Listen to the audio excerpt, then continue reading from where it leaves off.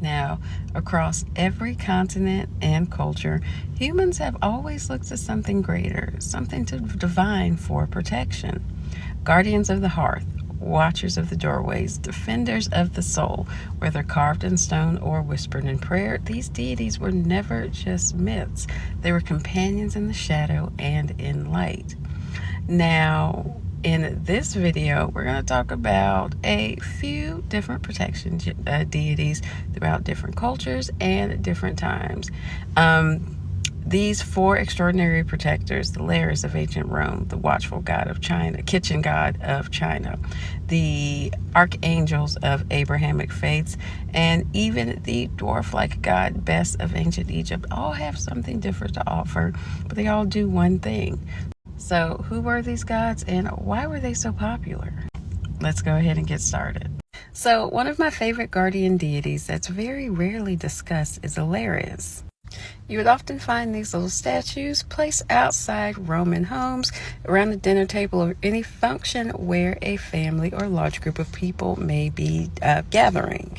Often categorized as household gods, they could also protect any other boundary like roadways, waterways, anywhere where you would deem that needed protection. Traditional Roman households often had at least one Lares figure somewhere within their domain.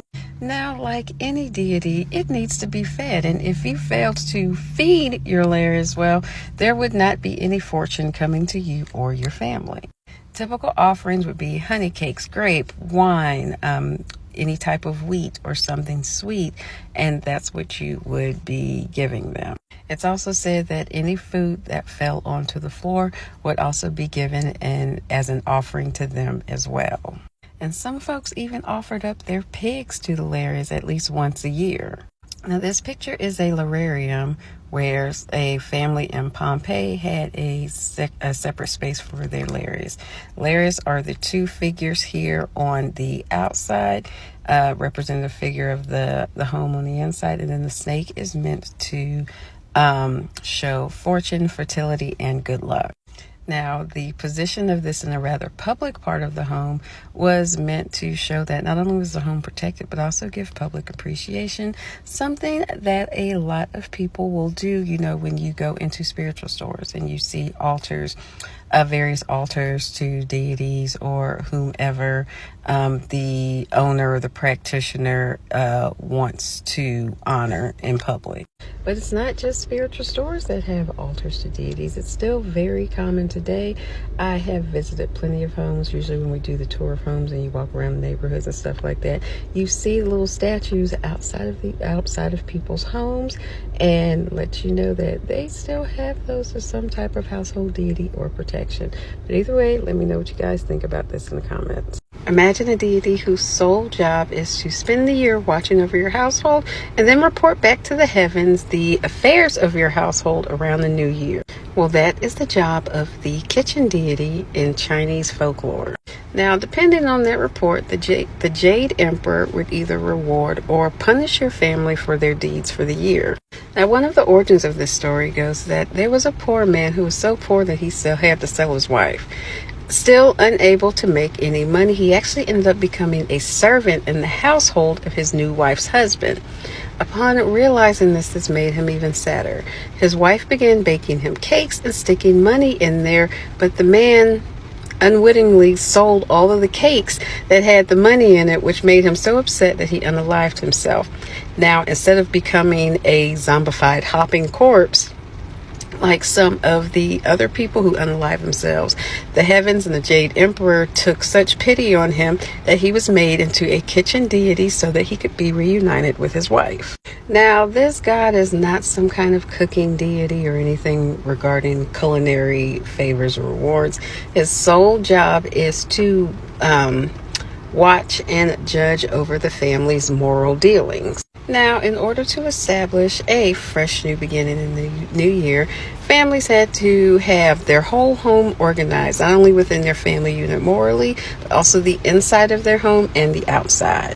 When it comes to home guardian deities, I think this is one of the better ones, as like some of the others that I'm going to talk about. This one definitely deals with the family morals and how good you are, not only to each other, but people on the outside of your home. Either way, let me know what you think about this in the comments. Bess. Now, his feminine counterpart is known as Beset, and they are ancient Egyptian guardian deities and protectors of the household, particularly households with women, children, and pregnant mothers. Later on, Bes became known as the defender of everything good and the enemy of everything bad. Now, it's believed that he may have been a Middle Kingdom import somewhere from Nubia or Somalia, but did not become more widely appreciated and accepted until the New Kingdom started. Now, statues of Bes have actually been found in some pretty interesting places outside of Egypt. They have found some statues dedicated to Bes in Ibiza, Syria, as well as other Roman colonies and a few other ancient cultures as well. So he clearly got around. Now, what's so different about this particular Egyptian deity is that most of the time when you see them, they're presented in kind of like a profile, so to the side. But this one was a full-on figure, and that may explain, why the position as the household deity was so important. Now, this deity also scared away demons and even household rodents. So if you had any of that stuff in your home, yeah, he'd get rid of them, allegedly. Now, over time, his image would evolve when the Phoenicians and the Minoans picked him up. And then finally, by the time the Persians got a hold of the deity Bes, you would later see him dressed in traditional Persian garb. But this little guy was definitely very popular amongst many different cultures throughout a long period of history. So let me know what you think about this in the comments. Now, when we think about tutelary deities or protection of guardian deities, have the archangels ever come to your mind? Probably not, but they are indeed seen as tutelary deities. And that's because they do play a role as a guard, guide, protector of either a household, an individual person, or a geographic area. So the archangels, these main four here, along with the others, are seen as tutelary deities. And yes, outside of the archangels, guardian angels, which are the lower angels, are also seen as tutelary deities as well. Now, the belief in archangels and guardian angels is simple as that they were assigned to guard whoever God assigned them to, which means they do become protectors. And this goes back to ancient Judaism, where this idea was first established, And it's not until we got a little later on that the actual hierarchy of angels was even established. And that hierarchy was not established until sometime after the 5th century. And while a lot of people don't actually have angel statues outside their home or even often a space solely dedicated to them, the belief of the guardian angels or the archangels that they carry with them is enough to make it a true guardian spirit, as we all know. And just in case you're someone who comes across this post and you hate me using the word deity in reference to the archangels, you'll be fine. Just look it up. It's a thing.